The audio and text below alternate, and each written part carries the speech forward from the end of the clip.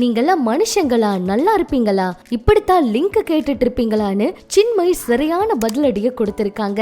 கடைசி அந்த ஒரு ஆசை மனோஜ் அவருக்கு நிறைவேறாமையே போனது ரொம்ப வேதனையா இருக்கு. ஜேசன் அவரு பல முயற்சிக்கு அப்புறமா அவரோட பட வேலைகள் இப்ப தீவிரமா தான் நடந்துகிட்டு இருக்கு.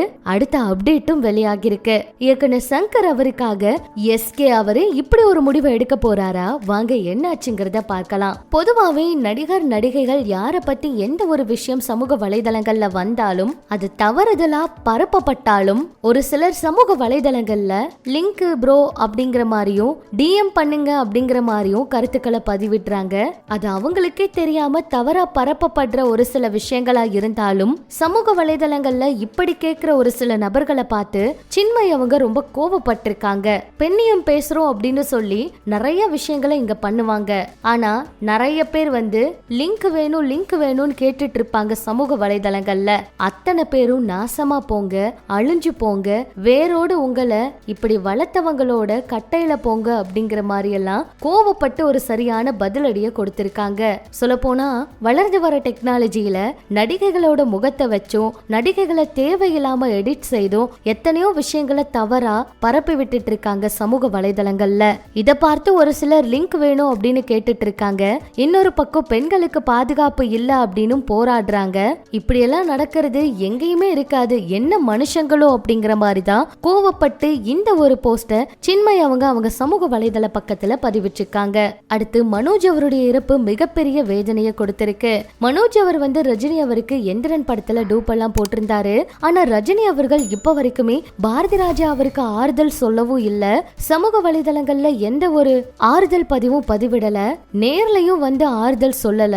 என்ன காரணம்னு தெரியல அப்படிங்கிற மாதிரி ரசிகர்கள் கேள்வி எழுப்பிக்கிட்டு இருக்காங்க. இந்த நிலையில மனோஜ் அவருடைய மிகப்பெரிய ஆசையே தன்னோட அப்பா இயக்கிய மிகப்பெரிய அளவுல வெற்றி பெற்ற சிவப்பு ரோஜாக்கள் படத்தோட 2ஆம் பாகத்தை இயக்கணும் அப்படிங்கறதுதான். படத்தோட கதையெல்லாம் 13 வருஷத்துக்கு முன்னாடியே தயார் பண்ணி கையில வச்சிருக்காங்க. படத்தோட ஸ்கிரிப்ட கையில எடுக்கும் போதெல்லாம் ஏதாச்சும் ஒரு பிரச்சனை தடங்கள் வந்துகிட்டே இருந்திருக்கு. அதை எடுக்க முடியாமையே போயிருக்கு. பல ஆண்டா இதுக்காக போராடி இருக்காருன்னு ஒரு பேட்டியில அவர் வெளிப்படையா பேசியிருக்காரு. அவரோட வாழ்க்கையில சிவப்பு ரோஜாக்கள் படத்தோட 2ஆம் பாகத்தை எடுக்கணும் அப்படிங்கிறது பெரிய ஆசையாவும் கனவாவும் இருந்திருக்கு. ஆனா அவரோட மரணத்தால அந்த ஆசை கடைசி வரைக்கும் நிறைவேறாமையே போயிருக்கு. அவரோட மகளுக்கும் சினிமா மீது ஈடுபாடு இருக்கு. அப்பாவோட ஆசையை மகள் நிறைவேற்றுவாரா அப்படிங்கறத பொறுத்திருந்ததா பார்க்கணும் அப்படிங்கிற மாதிரி ரசிகர்களும் நிறைய பத்திரிகைகளும் இத பத்தி எழுதியிருக்காங்க. இப்படி இது ஒரு பக்கம் இருக்க, ஜேசன் சஞ்சய் அவரோட படத்தை பாதியில ஸ்டாப் பண்ணிட்டாரு, லைக்கா வந்து விலகிட்டாங்க.